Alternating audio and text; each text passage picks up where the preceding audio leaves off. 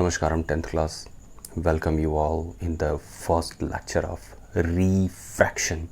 My name is Akhilesh Kumar Pandey and this is our छोटा सा channel 8.0 first step. तो हमने पिछले लेक्चर में हमने क्या क्या पढ़ाई कर ली थी मैग्नीफिकेशन के बारे में कि मैग्नीफिकेशन के बारे में सारा डिटेल हमने पढ़ लिया था। कोई बहुत बड़ा टॉपिक नहीं था, छोटा सा टॉपिक था रिफ्रैक्शन का, रिफ्लेक्शन का। अभी रिफ्लेक्शन में कुछ छोटे पार्ट बटे हुए। मैग्नीफिकेशन में बहुत जगह जो जितनी सारी वैल्यूज़ मैंने बताई थी उसमें से कुछ वैल्यूज़ ऐसी हैं जो कि बच्चों के मन सवाल आ रहा होगा। मन का क्या कहना है, मन तो बेचारा, मन हमारा उड़ता पतंगा। तो मन आपका कर रहा होगा, आपके अंदर से आपकी अंतरात्मा आपको झकझोर रही होगी कि मैग्नीफिकेशन का वैल्यू अगर 1 के बराबर हो जाए तब क्या हो, प्लेन मिरर। ठीक, मैग्नीफिकेशन का वैल्यू 1 कब हो सकता है? जब h'/h बराबर हो, यानी कि हाइट ऑफ इमेज और हाइट ऑफ ऑब्जेक्ट एकदम बराबर। तो आपके मन में ये सवाल आ रहा होगा कि कनकेव मिरर में भी तो अगर ऑब्जेक्ट सेंटर ऑफ कर्वेचर पे रखा रहे तब भी ऑब्जेक्ट और इमेज का साइज़ बराबर होता था। लेकिन ज़रा गौर फरमाइएगा मेरे मेहरबान कदरदान, ज़रा दीजिए ज़रा ध्यान। क्या कि वहाँ पे इमेज जो बन रहा था वो कैसा बन रहा था? उल्टा। और ऑब्जेक्ट कैसा था? सीधा। वैल्यू 1 चाहिए, यानी कि ऑब्जेक्ट और इमेज का साइज़ कैसा रहे? बराबर रहे, ऊपर ऊपर एक ही डायरेक्शन में रहे दोनों। समझ गए? तो मैग्नीफिकेशन का वैल्यू अगर 1 आता है तो this is simply plane mirror. आइए ज़रा अभी एक बस छोटा सा रिफ्रैक्शन स्टार्ट होगा, थोड़ा सब्र रखिए प्लीज़, हैव पेशेंस। अभी क्या स्टार्ट करेंगे? Uses of lens mirrors, uses of mirrors. अंदर से आवाज़ आ रही है रिफ्रैक्शन, जल्दी से स्टार्ट करो, वो लेंसेस आ जा रहा है। तो यूजेस ऑफ मिरर बिल्कुल इजी है, तुरंत एक फिगर बनाऊंगा, आपके दिमाग में चट से घुस जाएगा, सटाक से घुसेगा बिहारी लैंग्वेज में। कैसे? सटाक से। चलिए ज़रा क्या है यूजेस ऑफ, आप कॉपी में हेडिंग डालिए, यूजेस ऑफ कनकेव मिरर। सबसे पहला यूज़, टार्च से देखे हैं, टार्च के पीछे जो कटोरिया रहता है, टॉर्च के पीछे यहाँ पे बल्ब लगा रहता है, ऐसा देखा है आपने? हाँ, ये देखिए, यहाँ से इंसिडेंट रे, रिफ्लेक्टेड रे, एक ही बनाएंगे आप समझ जाएंगे, इंसिडेंट रे, रिफ्लेक्टेड रे। तो अपना आगे दिखाएगा। तो ये वो टॉर्च वगैरह में रिफ्लेक्टर की जैसा इसको यूज़ करते हैं। क्या यूज़ करते हैं इसको? रिफ्लेक्टर। दूसरा यूज़ सोलर कुकर में। ठीक, सोलर कुकर में आपने देखा होगा ऊपर एक संदूक, यहाँ डब्बा, अच्छा यहाँ संदूक और यहाँ पे एक मिरर। इंसिडेंट रे इधर से आता है, इधर आ जाता है, इधर से जाता है, इधर आ जाता है, इधर से जाता है, इधर आ जाता है। ये क्या हो रहा है? कन्वर्जिंग, मेरा बाबू लोग, कन्वर्जिंग। तो ये सोलर कुकर में ये यूज़ है। तीसरा किसका यूज़ पढ़ रहे हैं हम लोग? कनकेव मिरर का यूज़। पहला यूज़ रिफ्लेक्टर के जैसा, दूसरा सोलर कुकर में, तीसरा shaving and makeup mirror. Shaving and makeup mirror. Shaving and, पहला यूज़ रिफ्लेक्टर में, दूसरा सोलर कुकर में और तीसरा shaving and makeup mirror. Shaving and makeup mirror में याद करिए, मैंने आपको कनकेव मिरर में रे डायग्राम का टाइम बताया था। जो सबसे लास्ट वाला रे डायग्राम था, ज़रा ध्यान से सुनिए, जो सबसे लास्ट वाला रे डायग्राम था, जब ऑब्जेक्ट प्रिंसिपल फोकस और पोल के बीच में रखा रहता था, तब कौन सा रूल लगाते थे? याद है? याद है? Rule 3 and rule 4। देखिए जाके रे डायग्राम 166 वाला, 166 से था ना, अब होगा उसी में गौर से दिखिएगा। तो शेविंग एंड मेकअप मिरर में इसको यूज़ करते थे ताकि मेरा चेहरा कैसा दिखे? बड़ा दिखे, ताकि बराबर तरीके से सन हो, पाउडर लग सके, शेविंग के लिए भी है, बराबर तरीके से शेविंग हो सके। इधर मत देखिए, दाढ़ी बहुत का इलाका का पूरा चेहरा पे दाढ़ी का कब्जा जमा हुआ है, इधर छोड़ दीजिए। तो शेविंग एंड मेकअप ताकि आपको बड़ा चेहरा दिखे, बेहतर दिखे, साफ दिखे, एक एक बाल छूटे ना चेहरा पर का, साफ कर लीजिए बढ़िया से। Shaving and makeup mirror. ठीक, अभी शेविंग मेकअप मिरर में इसको ड्रेसअप होने के लिए मत आप यूज़ करिएगा, क्योंकि इमेज कैसा दिखता है इसमें करके मिरर में, उल्टा। समझिए, तो पैंट आपका ऊपर दिखेगा, शर्ट आपका नीचे दिखेगा। बट एक्चुअली है नहीं, सब माया है। लाइट तो यही सिखाता है कि हमारे आसपास सिर्फ माया का कब्जा है, जो भी आप देख रहे हैं सब माया। ठीक, तो शेविंग एंड मेकअप मिरर में इसका यूज़ होता है कब? रे डायग्राम का लास्ट वाला, कनकेव मिरर का लास्ट वाला रे डायग्राम, जिसमें रूल 3 और रूल 4 लगा था, जिसमें इमेज जो था वो कनकेव मिरर के पीछे बनता था, वो वाला। तो शेविंग एंड मेकअप मिरर में। उसके बाद चौथा यूज़ डॉक्टर्स यूज़ करते हैं। कौन? Dentist and ENT specialist, ear nose throat ENT specialist, इसको यूज़ करते हैं। ठीक, बात समझ गए? चलिए लिए फटाफट, कुछ है ये नहीं है, ये 4 को यूज़ है। यूजेस ऑफ कनकेव मिरर लिखना पड़ेगा।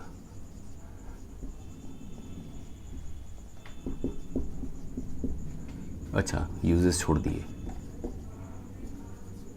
यूजेस ऑफ कनकेव मिरर, यही 4 यूज़ है बस, इससे ज़्यादा नहीं। बाकी NCERT में पढ़िएगा थोड़ा थोड़ा। ठीक, चलिए इसको मिटाते हैं। अब लिखिए uses of convex mirror. Uses of convex mirror, सबसे पहला यूज़ है कन्वेक्स मिरर का। क्या लिखेंगे heading? Uses of convex mirror. सबसे पहला यूज़ रियर व्यू मिरर। देखे हैं रियर व्यू मिरर। दूसरा शॉपिंग मॉल में।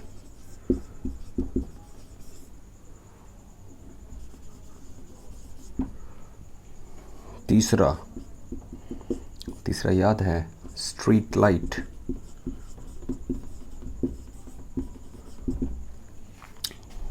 ठीक, तो ये 3 यूज़ है। रियर व्यू मिरर कहने का मतलब जो ड्राइवर साहब लोग के मोटरसाइकिल में जो साइड व्यू रहता है, मिरर लगा रहता है, वो उसी को बोलते हैं रियर व्यू मिरर। इधर से आप देखते भी रहिएगा, हम बताते भी रहेंगे। Rear view mirror. Rear view mirror कहने का मतलब क्या होगा? जो बाइक या कार या बसेस में लगा रहता है साइड में पीछे की तरफ, ताकि पीछे का वो देख सके। हाँ, तो थोड़ा सा संभल के। क्या रियर व्यू मिरर में अगर ऑब्जेक्ट दिख रहा है आपको छोटा, जैसे मान लीजिए बाइक चला रहे हैं, अब मेरे का हम देखें साइड मिरर में अपना क्या, अच्छा ट्रक बहुत पीछे, बहुत छोटा लग रहा है, कि बहुत पीछे होगा, आदत पड़ा हुआ है, जो दूर का होता है वो छोटा लगता है। वेलकम टू वर्चुअल दुनिया। तो क्या हुआ कि जैसी साइड मिरर में देखेंगे छोटा छोटा दिख रहा है, अब ऐसा नहीं कि देखें कि दूर है, सटाक से मुड़ जाइएगा। हाँ, जहाँ सट से मुड़िएगा, सटाक से ऊपर निकलिएगा।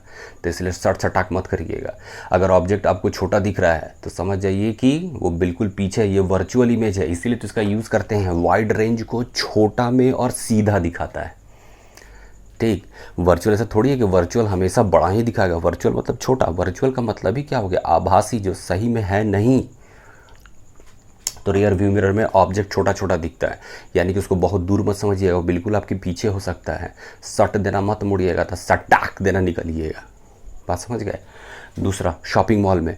शॉपिंग मॉल में जो वहाँ पे गार्ड लोग रहता है, वो लोग लगा रहता है ऊपर में, ऐसा देखते रहता है। अच्छा, यानी कि दूर का चीज़, बड़ा चीज़, चौड़ा चीज़, वाइड चीज़ को भी, वाइड एरिया को भी वो छोटे में और इरेक्ट इमेज दिखाता है, चाहे ऑब्जेक्ट जहाँ रहे, जहाँ कहीं भी पोजीशन रहे। कन्वेक्स मिरर में हमेशा वर्चुअल और छोटा इमेज बनेगा। Virtual and small image will be obtained in the case of convex mirror. Shopping mall. Street light में, स्ट्रीट टॉर्च में तो था कि भाई चलिए सामने देखना था, लेकिन स्ट्रीट लाइट में डाइवर्ज करे ताकि दूर तक देख पाए। ऐसा नहीं कि स्ट्रीट लाइजर है, ये बगल में नाली है, जाते धड़ाम से गिर गए।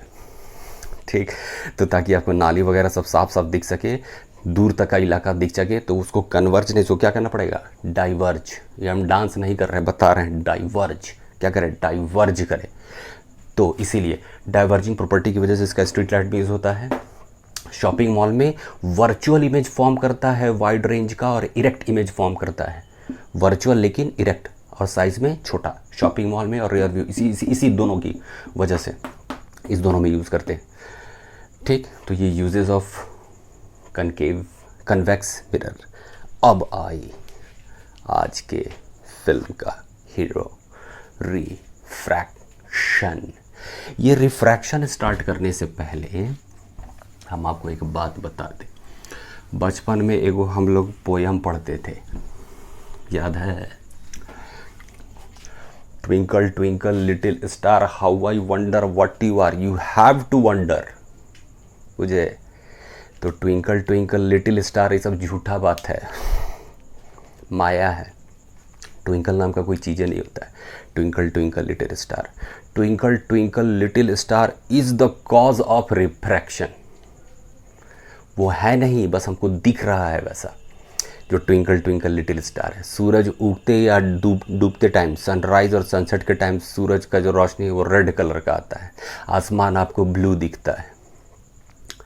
ये सब रिफ्रैक्शन का कमाल है, टोटल रिफ्रैक्शन बच्चा। यानी कि ये नेक्स्ट टाइप का झूठा दुनिया में आपका स्वागत है, जो आपको ये बताएगा कि जितना भी आप चीज़ कर रहे हैं वो सब झूठा है।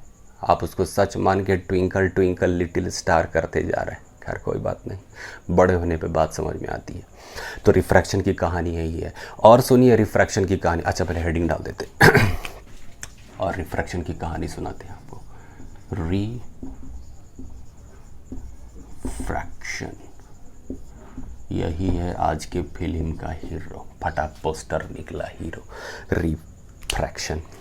और सुनिए रिफ्रैक्शन की कहानी।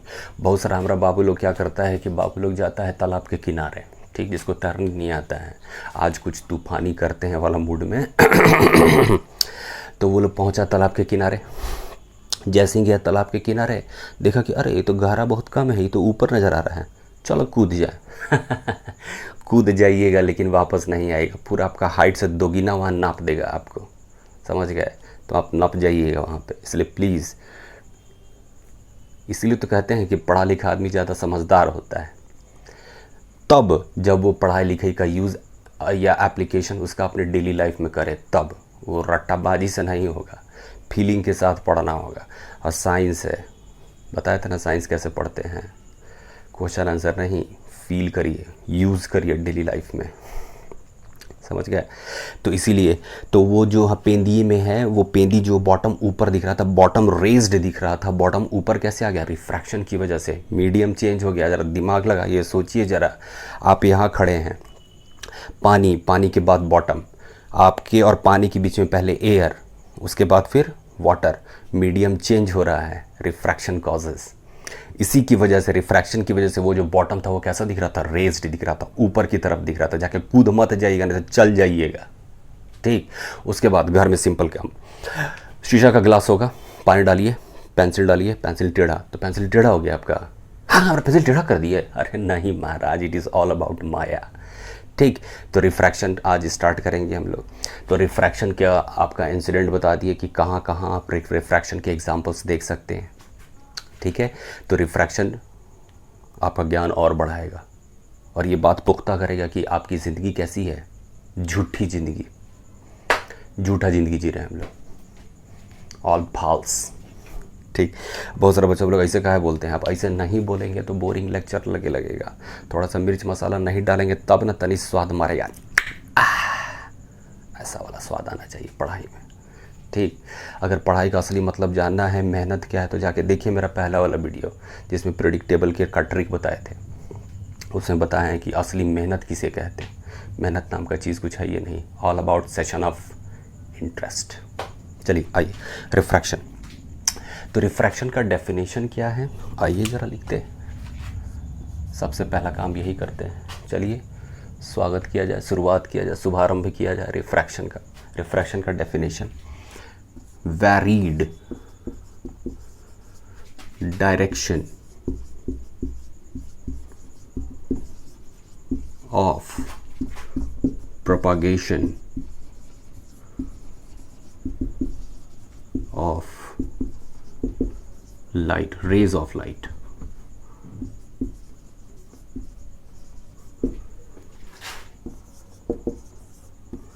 light occurred, प्राप्त होता है, in varied ये मीडियम टी से लिख रहे हैं ना। Such incident such phenomena is known as refraction. क्या क्या लिखे? वैरीड डायरेक्शन ऑफ प्रोपागेशन, आगे बढ़ने का डायरेक्शन बदल गया। कब? किसका बदला? रेज ऑफ लाइट का प्राप्त हुआ, आपको मिला, चेंज हो गया डायरेक्शन, चेंज हो गया। कब? इन वैरीड मीडियम। अरे लाइट को ट्रैवल करने के लिए मीडियम का जरूरत है, साउंड को ट्रैवल करने के लिए मीडियम का ज़रूरत है। इसीलिए तो लोग जब चंदा मामा के पास जाते हैं तो वहाँ पे आप चिचिया के नहीं बोल सकते। चिचियाते चिचियाते आपका प्राण चिकार देगा, लेकिन आपका आवाज़ बगल वाला दोस्त नहीं सुन पाएगा। क्यों? Sound needs a material medium. पढ़े होंगे, साउंड क्या है? One kind of vibration, one kind of vibratory energy which is sensed by our years.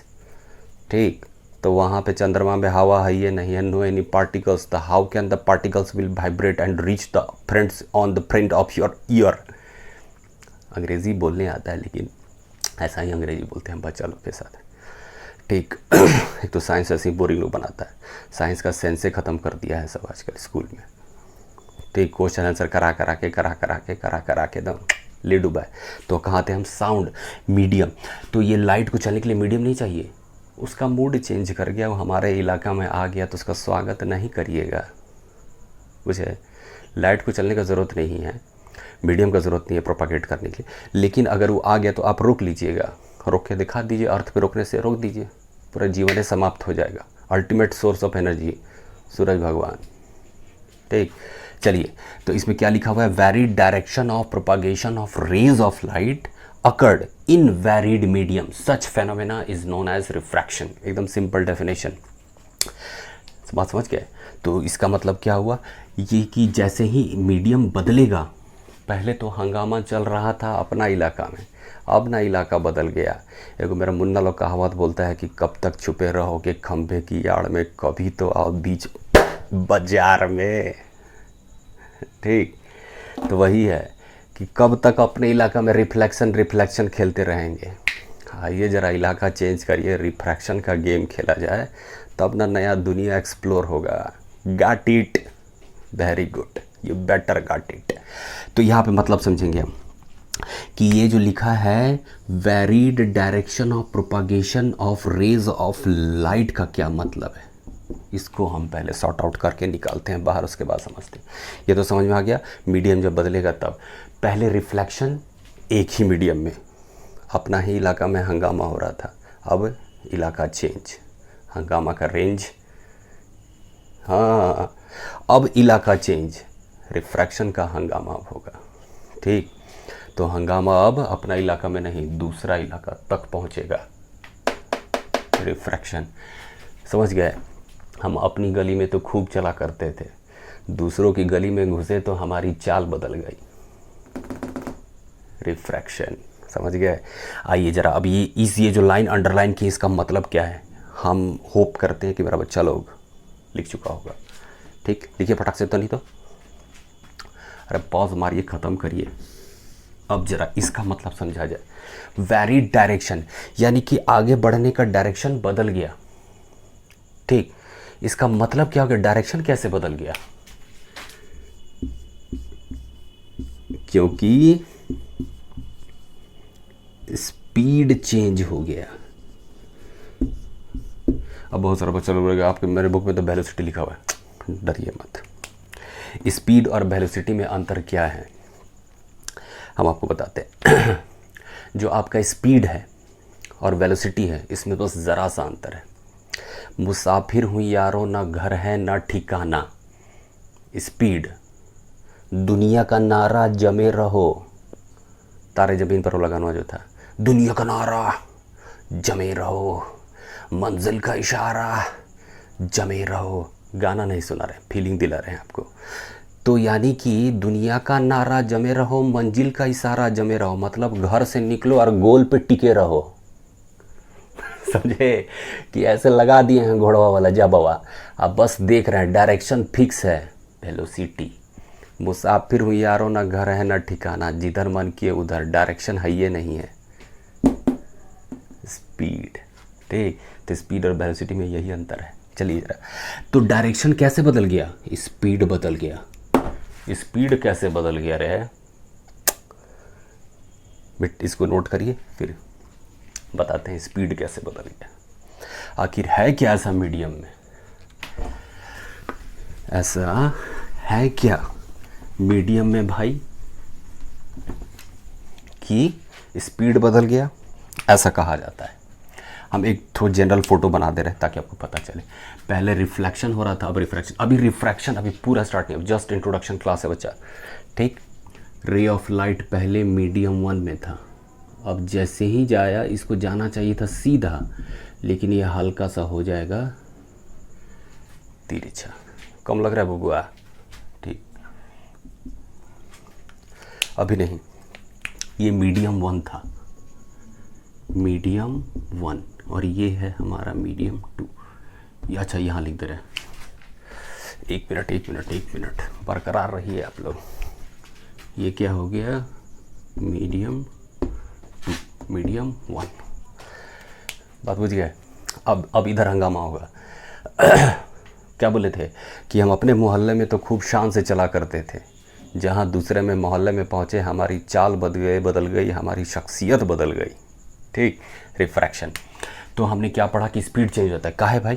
क्योंकि ऐसा बोला जाता है, ऐसा कहा जाता है, हमारे महान साइंटिस्टों ने कहा कि रुके ताई, थोड़ा सा मेरा मार्कर का क्वालिटी ख़राब हो गया। अलग अलग मीडियम का रिफ्रैक्टिव इंडेक्स नाम का बीमारी है, रिफ्रैक्टिव इंडेक्स नाम का चीज़ बदल जाता है। Refractive index INDEX। ठीक, तो हैंडराइटिंग अलग है लेकिन कोई बात नहीं, चलेगा। ठीक, तो रिफ्रैक्शन और रिफ्रैक्शन में डायरेक्शन चेंज करता था। ठीक, तो डायरेक्शन चेंज किया मतलब मीडियम बदला।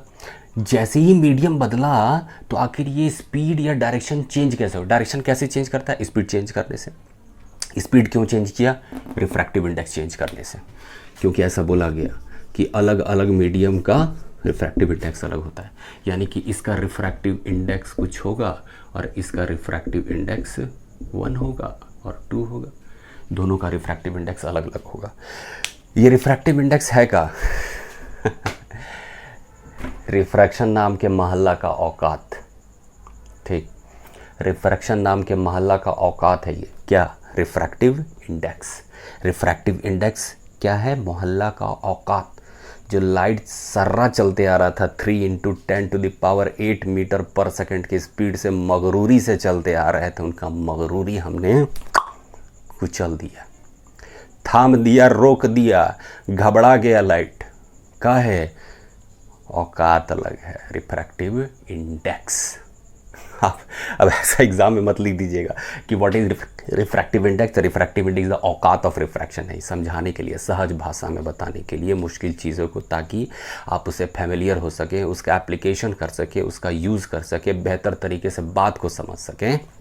इसलिए हमने बताया कि रिफ्रैक्टिव इंडेक्स क्या है? रिफ्रैक्शन नाम के मोहल्ला का औकात है। ठीक, जो किसका गुरूर तोड़ेगा? रे ऑफ लाइट का। किधर से आ रहा था?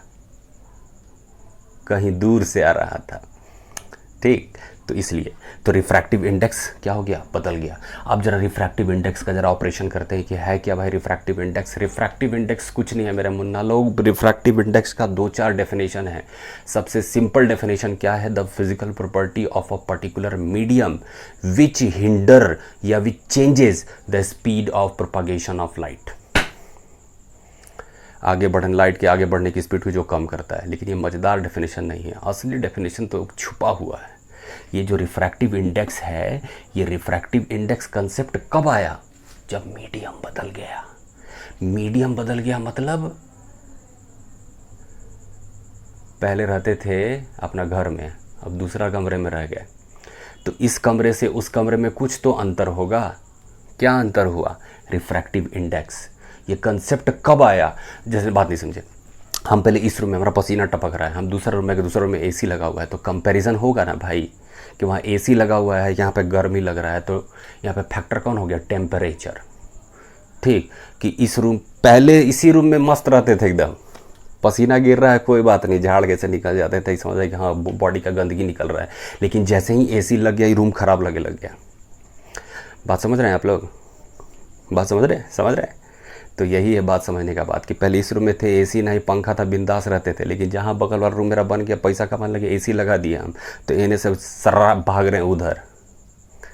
कंपैरिजन, ठीक, यानी कि रिफ्रैक्टिव इंडेक्स क्या है बच्चा? कंपैरेटिव प्रॉपर्टी है, कंपेयर वाला प्रॉपर्टी है।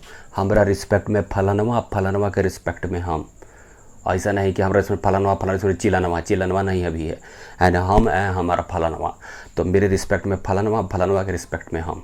क्या डिफरेंस है दोनों में? तो रिफ्रैक्टिव इंडेक्स कब आया कंसेप्ट? जब मीडियम बदल गया। ठीक, जब क्या बदला? मीडियम बदल गया। तो रिफ्रैक्टिव इंडेक्स क्या है बच्चा? कंपैरेटिव प्रॉपर्टी है। ठीक, ये घबराइए मत। ठीक, तो ये रिफ्रैक्टिव इंडेक्स क्या है बच्चा? लाइट का स्पीड, दो मीडियम के बीच के लाइट का स्पीड का रेशियो, लाइट के स्पीड का रेशियो हम लिख रहे हैं रिफ्रैक्टिव इंडेक्स का। आइए जरा रिफ्रैक्टिव इंडेक्स को जरा ये किया जाए। हम यहाँ लिखते हैं रिफ्रैक्टिव इंडेक्स, इसको दिखाते हैं स्मॉल एन से, बहुत जगह म्यू से लोग दिखाते हैं लेकिन डजेंट मैटर। क्या बोलते हैं? Refractive index. क्या है refractive index? The ratio of speed of light, speed of propagation of light लिखते हैं, ज़्यादा अच्छा रहेगा। Speed of propagation of light, बहुत ज़्यादा ऑफ हो गया। Ratio of speed of propagation of light between two medium.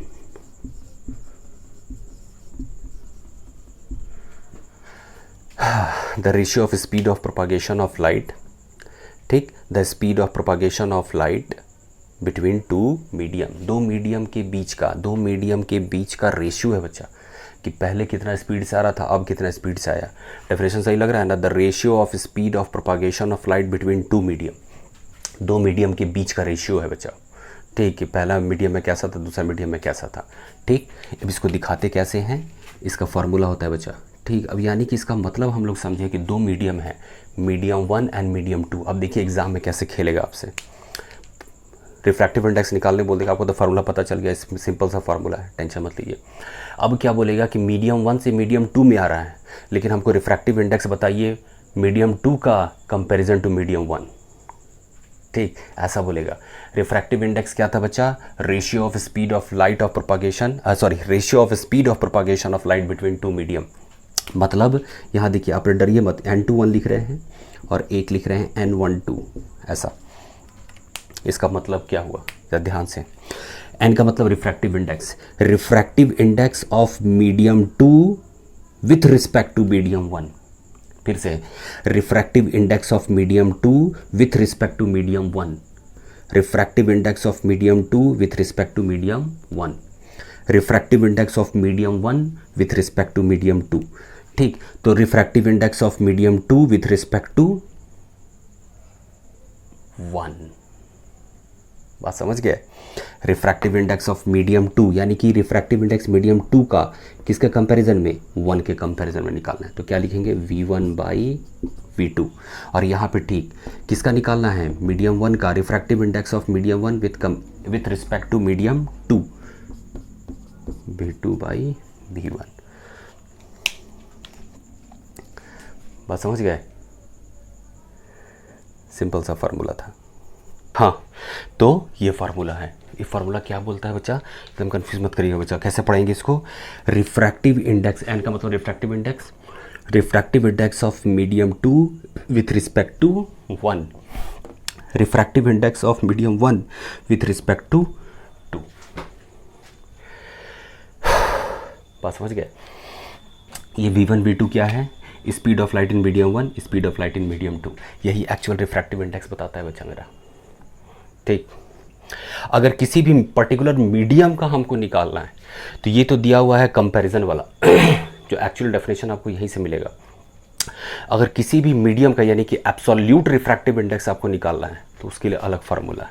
उसके लिए फार्मूला क्या दिखता है बच्चा, NM मतलब refractive index of particular medium equal to C/V। C का मतलब आप जान जाइएगा देख के, speed of light in vacuum 3 × 10⁸ metre पर सेकेंड, NM C/V। तो ये था, इसी को क्या बोलते हैं, एब्सोल्यूट रिफ्रैक्टिव इंडेक्स। किसी भी पर्टिकुलर मीडियम का अगर हमको रिफ्रैक्टिव इंडेक्स निकालना है तो ये इसके लिए ये फार्मूला यूज़ करेंगे। तो रिफ्रैक्टिव इंडेक्स क्या है बच्चा, जब मीडियम एक मीडियम से दूसरे मीडियम आएगा तो उसका रेशियो क्या आएगा। तन गर्मी ज़्यादा लग रहा है, हॉफनी छूट जा रहा है, ठीक, ये है एक्चुअली। तो ये क्या बोलते हैं, रिफ्रैक्टिव इंडेक्स किसे दिखाते हैं, एन से। रिफ्रैक्टिव इंडेक्स क्या है, the ratio of speed of propagation of light between two medium. दो मीडियम के बीच में जब रे ऑफ लाइट ट्रैवल कर रहा था उसी का रेशियो है बच्चा, उसके स्पीड का रेशियो है। तो ये क्या लिखे, refractive index of medium 2 with respect to 1, क्या लिखे, V1/V2। उसके बाद V1 क्या है, speed of light in medium 1, speed of light in medium 2। ये क्या लिखे, refractive index of medium 1 with respect to medium 2, क्या लिखे फार्मूला, V2/V1, यानी कि speed of light in medium 2 और speed of light in medium 1। जिसका निकालना है वो नीचे ही रहेगा, बात समझ गए, ध्यान से। रिफ्रैक्टिव इंडेक्स ऑफ मीडियम 2 नीचे, रिफ्रैक्टिव इंडेक्स ऑफ मीडियम 1 नीचे, और जिसके रिस्पेक्ट में निकालना है उसको ऊपर। Refractive index of medium 2 with respect to 1, refractive index of medium 1 with respect to 2, ऊपर आ गया। और ये क्या है, एब्सोल्यूट रिफ्रैक्टिव इंडेक्स, किसी भी मीडियम का निकालने का, यहाँ लिख लीजिएगा ब्रैकेट में, एब्सोल्यूट रिफ्रैक्टिव इंडेक्स। यानी कि इस रिफ्रैक्शन फिल्म का हीरो कौन है, रिफ्रैक्टिव इंडेक्स। एक और हीरो है, वेट करिए, ऐसा थोड़ी है कि हमेशा अवार्ड हीरो ही ले जाएगा, उसको सपोर्ट करने वाला लोग भी तो ले जाएगा, ठीक, बात समझ गए। अभी कहाँ चर्चा है, अभी तो उतारिए, कॉपी करिए इसको फटाक से, बात समझ में आया बच्चा। रिफ्रैक्टिव इंडेक्स क्या है, रेशियो है किसी भी मीडियम का रिफ्रैक्टिव इंडेक्स। अगर जैसे मान लीजिए कि जैसे हम बता रहे हैं आपको कि अगर किसी भी मान लीजिए कोई भी मीडियम है, उसका रिफ्रैक्टिव इंडेक्स का वैल्यू दिया हुआ है 1.44। इसका कोई यूनिट नहीं होता है, स्पीड है तो मीटर पर सेकंड कैंसिल, कोई यूनिट नहीं बनेगा। पहला फिजिकल क्वांटिटी जिसका स्पीड, इसका कोई यूनिट नहीं है। तो मीडियम अगर ये दिया हुआ है, मीडियम किसी भी मीडियम का अगर रिफ्रैक्टिव इंडेक्स दिया हुआ है तो इसका मतलब क्या है, जरा साफ साफ कर लिख दे रहे, नहीं इतनी गंदा लग रहा था। इसका मतलब ये हुआ कि अगर किसी भी मीडियम का, मैं बता रहा हूँ, किसी भी मीडियम का अगर रिफ्रैक्टिव इंडेक्स का वैल्यू है तो ये क्या बताएगा, ये बताएगा कि एयर के कंपैरिजन में जो स्पीड था वो हमारे यहाँ आते ही उसका स्पीड जैसे ही मेरे यहाँ आया, एयर के कंपैरिजन में मेरे यहाँ जब लाइट घुसा, मेरे यहाँ एंटर किया तो उसकी स्पीड में कितना बदलाव आ गया, कितना कट गया। भागा मतलब क्या होता है, काटना, रेशियो मतलब डिवाइड करना, कितना उसको छांट दिया 1.44। तो ये क्या है बच्चा, जब रे ऑफ लाइट एयर से किसी खास मीडियम में आया जिसका वैल्यू दिया हुआ है, उस मीडियम, जैसे मान लीजिए केरोसिन ऑयल बोल दिए कि केरोसिन ऑयल में आया, तब उसका लाइट का रेशियो यानी कि कितना कम हो गया, कट के कितना आया वैल्यू, ठीक, तो कितना डिक्रीज किया वो स्पीड ऑफ लाइट को, किसके स्पीड ऑफ लाइट को, एयर के कंपैरिजन में केरोसिन ऑयल में। तो वो क्या बताया कि मीडियम का रिफ्रैक्टिव इंडेक्स यानी कि कितना वो स्पीड कम कर दिया। कब, जब वो वैक्यूम या एयर से कहाँ आया, एयर में आपके एनसीईआरटी बुक में लिखा हुआ है, एयर से किस में आया, केरोसिन ऑयल में आया, तब जाके स्पीड कितना कम हो गया, दैट इज़ 1.44 एग्जैक्ट वैल्यू बताता है। ठीक है, आप इसको इंग्लिश में करके लिख लीजिएगा, अगर इस वीडियो में तो माहिर हैं आप लोग। हम नोट्स ऐसे ही लिखाते हैं, नोट्स नहीं लिखाते हैं, आप सुनिए और अपना दिमाग लगा के अपना नोट्स खुद लिखिए बच्चा, तब ज़्यादा मज़ा आएगा। ठीक, देखिए अब बच्चा बोलेगा नहीं नोट्स दीजिए, एक आप एग्जांपल देते हैं, पढ़ाने वाला टीचर सेम, अलग अलग बच्चा, सब बच्चा एक ही जैसा मार्क्स क्यों नहीं लाता है, पढ़ाना टीचर एक ही रहता है। तो बोलेगा बहुत सारे बच्चे लोग ट्यूशन पढ़ने जाता है, ट्यूशन अलाउड नहीं है, तब एकदम हॉस्टल में रख के पढ़ा रहे हैं, तब सब बच्चे का एक जैसा मार्क्स नहीं आता है बच्चा। तो आपका ऑब्जर्वेशन अलग अलग है बच्चा, अपने आप को पहचानिए कि आपका ऑब्जर्वेशन क्या बोलता है, अपने आप पे विश्वास करना सीखिए, अपने आप पे फेथ करना सीखिए बच्चा। ठीक, किसी भी चीज़ को किसी दूसरे के नज़रिए से नहीं, खुद के नज़रिए से देखना स्टार्ट करिए। Believe in your self, faith in your self. ठीक, तो आप बात को समझिए, ऑब्जर्व करिए और खुद से नोट्स तैयार करिए। कोई विशेष नोट्स बनाने की ज़रूरत नहीं। रिफ्रैक्टिव इंडेक्स क्या था? लाइट का स्पीड का रेशियो, दो अलग अलग मीडियम में। ठीक, चलिए मिटाते हैं इसको। अब जरा रिफ्रैक्टिव इंडेक्स पे और थोड़ा विशेष चर्चा कर लिया जाए कि आखिर ऐसा रिफ्रैक्टिव इंडेक्स के पास इतना औकात कैसे आया। ठीक, रिफ्रैक्टिव इंडेक्स का औकात इतना ज़्यादा आया कैसे? ज़रा मीडियम के बारे में बात कर लेते हैं कि जिस मीडियम में बेचारा एयर सैर करने निकला था, ट्रैवल करने निकला था। दो तरह का मीडियम है, एक को बोलते हैं रेयरर और एक को बोलते हैं डेंसर। रेयरर और डेंसर, यहाँ डेंसर देखिए, डेंसिटी मत समझिएगा। एनसीईआरटी एकदम सख्त हिदायत दिया है कि कभी भी रिफ्रैक्टिव इंडेक्स आपको जो कैलकुलेट करना है वो कभी भी मास पर यूनिट वॉल्यूम वाला नहीं। मास पर यूनिट वॉल्यूम वाला मतलब जैसा आप 9th क्लास में पढ़े होंगे, ऐसा वाला कि ये सॉलिड है तो पार्टिकल्स क्लोजली पैक, एयर है तो पार्टिकल्स दूर दूर, इंटर पार्टिकल स्पेस बहुत कम, बहुत ज़्यादा। ये कंपेयर नहीं करना है आपको। अब पूछिए क्यों? क्योंकि आपके एनसीईआरटी बुक में बिल्कुल खूबसूरत अक्षरों में लिखा हुआ है कि केरोसिन ऑयल जो होता है उसका रिफ्रैक्टिव इंडेक्स पानी के कंपैरिजन में ज़्यादा होता है। यानी कि पानी में स्पीड ऑफ लाइट थोड़ा सा कम डिस्टर्ब होगा, लेकिन केरोसिन ऑयल उसको बहुत ज़्यादा डिस्टर्ब करेगा। ठीक, बहुत ज़्यादा इसका स्पीड चेंज कर देगा। लेकिन डेंसिटी के आधार पर देखा जाए तो क्या होता है, केरोसिन ऑयल पानी से हल्का होता है। इसीलिए एनसीईआरटी बोला है कि कभी भी आपको मास पर यूनिट वॉल्यूम यानी कि डेंसिटी वाला कंसेप्ट लेके आपको नहीं चलना है। रिफ्रैक्टिव इंडेक्स जब भी तय करना है आपको, तो आप कैसे तय करिए? चेंज इन स्पीड से। ठीक, अब वही पता कर रहे हैं चेंज इन स्पीड क्यों हुआ था, क्योंकि रिफ्रैक्टिव इंडेक्स अलग था। रिफ्रैक्टिव इंडेक्स को समझिए, आखिर ये अकेला रिफ्रैक्टिव इंडेक्स नहीं जिम्मेदार है, इसके लिए मीडियम का एक ख़ास चीज़ जिम्मेदार है, जिसके बारे में भी हम लोग चर्चा करेंगे। इसको हटा दे रहे हैं, कोनो काम का नहीं है। ठीक, क्या है रेयरर? रेयरर का मतलब क्या हो गया? जब रिफ्रैक्टिव इंडेक्स क्या हो? मिनिमम। बात समझ गए? और डेंसर का मतलब क्या हो गया? Refractive index maximum. ठीक, थोड़ा समझने में आसानी है। डेंसर तो यानी क्या चीज़ रेयरर, क्या चीज़ डेंसर? अगर रिफ्रैक्टिव इंडेक्स अगर मिनिमम है, रेयरर मीडियम हुआ तो refractive index minimum, sorry, refractive index minimum. Refractive index minimum इसका मतलब क्या हो गया? Optical density. अरे ये ही है असली हीरो। एक और, ऑप्टिकल डेंसिटी मिनिमम। अगर रेयरर मीडियम है तो इसका ऑप्टिकल डेंसिटी क्या होगा? मिनिमम। अगर डेंसर मीडियम है तो ऑप्टिकल डेंसिटी क्या होगा? मैक्सिमम। बात समझ गए? अकेला रिफ्रैक्टिव इंडेक्स ही नहीं जिम्मेदार था। रिफ्रैक्टिव इंडेक्स को उतना ताकत आया कहाँ से? मीडियम से आया, रेयरर और डेंसर मीडियम से। रेयरर कहने का मतलब optical density minimum. Optical density कहने का मतलब वो मास पर यूनिट वॉल्यूम वाला डेंसिटी नहीं। ऑप्टिकल डेंसिटी कहने का मतलब क्या हो गया? ऑप्टिकल का मतलब क्या होगा? Related to light. यानी कि मीडियम कैसा होना चाहिए? मीडियम आपका ट्रांसपेरेंट होना चाहिए। ट्रांसपेरेंट, ओपेक नहीं, ताकि लाइट ट्रैवल कर सके।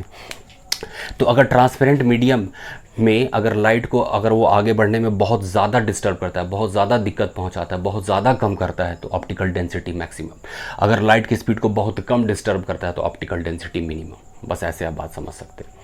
तो अगर कोई भी मीडियम रेयरर है तो रेयरर का रिफ्रैक्टिव इंडेक्स मिनिमम होता है, या फिर ऐसा लिख सकते हैं कि रेयरर है तो optical density minimum, optical density minimum तो रिफ्रैक्टिव इंडेक्स मिनिमम। अगर रिफ्रैक्टिव इंडेक्स कम है तो लाइट के स्पीड को, रिफ्रैक्टिव इंडेक्स जब कभी भी आएगा आपको स्पीड ऑफ लाइट से उसको रिलेट करना है कि स्पीड ऑफ लाइट को कितना कम कर रहा है, कितना ज़्यादा कर रहा है। तो यहाँ पे refractive index minimum, optical density minimum. Optical density minimum तो स्पीड ऑफ लाइट को उतना डिस्टर्ब नहीं करेगा। हम वी लिख दे रहे हैं बच्चा सीधे, यानी कि स्पीड ऑफ लाइट वी, आप अपने नोट्स में लिख सकते हैं स्पीड ऑफ लाइट। वी क्या होगा? वी, सॉरी, बहुत कम डिस्टर्ब होगा तो मैक्सिमम ही रहेगा आपका। मैक्स लिखा है मैक्सिमम। यानी कि अगर रेयरर मीडियम है, तो रिफ्रैक्टिव इंडेक्स मिनिमम रेयरर क्यों है? क्योंकि ऑप्टिकल डेंसिटी मिनिमम है। ऑप्टिकल डेंसिटी मिनिमम मतलब रे ऑफ लाइट को कम डिस्टर्ब करेगा।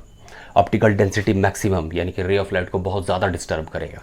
ठीक, तो rare refractive index minimum, optical density minimum. Optical density अगर मिनिमम है तो स्पीड ऑफ लाइट मैक्सिमम, बहुत कम डिस्टर्ब करेगा। आइए जरा इधर, रिफ्रैक्टिव इंडेक्स अगर मैक्सिमम है, रिफ्रैक्टिव इंडेक्स मैक्सिमम है, इसका मतलब मीडियम कैसा होगा? ऑप्टिकल डेंसर होगा। Optical density max, optical density max यानी कि डेंसर। ऑप्टिकल डेंसिटी मैक्सिमम होगा तो इसका मतलब क्या होगा? स्पीड ऑफ लाइट मिनिमम हो जाएगा। यहीं पे speed of propagation of light क्या हो जाएगा बच्चा? मिनिमम हो जाएगा। ठीक, तो रिफ्रैक्टिव इंडेक्स अकेला हीरो नहीं था, वो ठीक था कि मीडियम जैसे ही बदला वैसे ही लाइट का स्पीड चेंज हो गया, क्योंकि रिफ्रैक्टिव इंडेक्स बदल गया। रिफ्रैक्टिव इंडेक्स का सीधा सीधी मतलब क्या है? लाइट की स्पीड को कम या ज़्यादा करना। क्यों कम या ज़्यादा कर रहा था? क्योंकि ऑप्टिकल डेंसिटी चेंज हो रहा था। Optical density minimum, optical density maximum. अगर ऑप्टिकल डेंसिटी मिनिमम है तो उस मीडियम को क्या बोलेंगे? रेयरर। उसका रिफ्रैक्टिव इंडेक्स क्या होगा? Minimum. Optical density minimum, velocity of light उतना ज़्यादा डिस्टर्ब नहीं करेगा, यानी कि मैक्सिमम रहेगा, सीधा सुई से निकलेगा। लेकिन जैसे ही पहुंचा refractive index maximum, optical density maximum, यानी कि लाइट को ट्रैवल करने में वो लोग दिक्कत पैदा करेगा। जैसे ही आए मिनिमम कर दिया स्पीड। बात समझ गया? तो ये मिनिमम स्पीड हो गया। अब एक ज़रूरी चीज़, इतना बात समझ में आया आपको? अब ज़रा इधर देखिए, ये रिफ्रैक्शन स्टार्ट होता कहाँ से है? मीडियम 1 और मीडियम 2 को सेपरेट करने वाला ये लाइन दिख रहा है आपको, इस लाइन को बोलते हैं इंटरफेस। अरे तेरी की, यही वो बॉर्डर है जहाँ से चाल बदलता है। इसको क्या बोलते हैं? इंटरफेस। इस बाउंड्री को क्या बोलते हैं? इंटर, साफ नहीं दिख रहा है, इंटरफेस। हम अलग बना दे रहे हैं इसको लाइन खींच के। इस बाउंड्री को क्या बोलते हैं? इंटर डैश देके फेस। यानी कि ये रिफ्रैक्शन कहाँ स्टार्ट होगा? इंटरफेस पे। दो मीडियम को सेपरेट करने वाले बाउंड्री के पास ही कर्मकांड स्टार्ट होगा। चल तो चले आ रहे थे मस्ती से एकदम, लेकिन जैसे ही बाउंड्री कूदे कुकुर लोग था, स्पीड या तो समझिए स्पीड का करेगा वो लोग। ठीक, चुराने गए थे आम, इनको लगा कि यार आम चुरा के बिंदास निकल लेंगे। ठीक, तो पहले तो स्पीड बहुत तेज़ी में आए, लेकिन जैसे ही आए आम के बगीचा में, हाँ कुकुर लोग था। अब समझिए, अब तेज़ तरार आदमी है कि स्पीड मैक्सिमम होगा कि मिनिमम होगा। तो ये पूरा रिफ्रैक्शन का बेसिक्स था। ये रिफ्रैक्शन का क्या था बच्चा? बिल्कुल बेसिक्स। बिल्कुल मैंने बेस से बताने की कोशिश की, और बिल्कुल सहज और सरल भाषा में, ताकि आपको लेक्चर भी बोर ना लगे। ठीक, तो इसलिए आप अच्छे से ध्यान से पढ़िए इसको। अभी रिफ्रैक्शन की बहुत सारी कहानी बाकी है अब वीडियो, लेकिन मैंने जैसे कहा था कि वीडियो बिल्कुल अब टाइम पे आएगा। मैं पूरी कोशिश करूँगा, रिसोर्सेज बहुत कम है बच्चा। खैर, मैं अपनी मजबूरी नहीं गिना रहा हूँ, प्लीज़ प्लीज़ सिंपैथी नहीं। आपको अच्छा लगे, आपको पता करना, आपको पता है क्या करना है, नहीं लगे तो फिर आपको पता है क्या करना है। That is why, simple as that. तो आप इसको अच्छे से पढ़िए, दिमाग लगाइए, चीज़ों को ऑब्ज़र्व करिए, वीडियो को बार बार देखिए, और आप क्या ऑब्ज़र्व कर रहे हैं वहाँ से आप लिखना स्टार्ट करिए। ये वी क्या था? Speed of light. ये वी थोड़ा सा अजीब लग रहा होगा, मैं थोड़ा सा वी को ठीक कर दे रहा हूँ। इस वी को मैं अच्छा कर दे रहा हूँ, वी। ठीक, इसलिए अच्छे से पढ़ते रहिए, मस्त रहिए, चुस्त रहिए, खुश रहिए, खाइए पीजिए, मस्ती करिए पूरा, माँ बाप का सपना पूरा करिए। ठीक, thank you very much, love you all.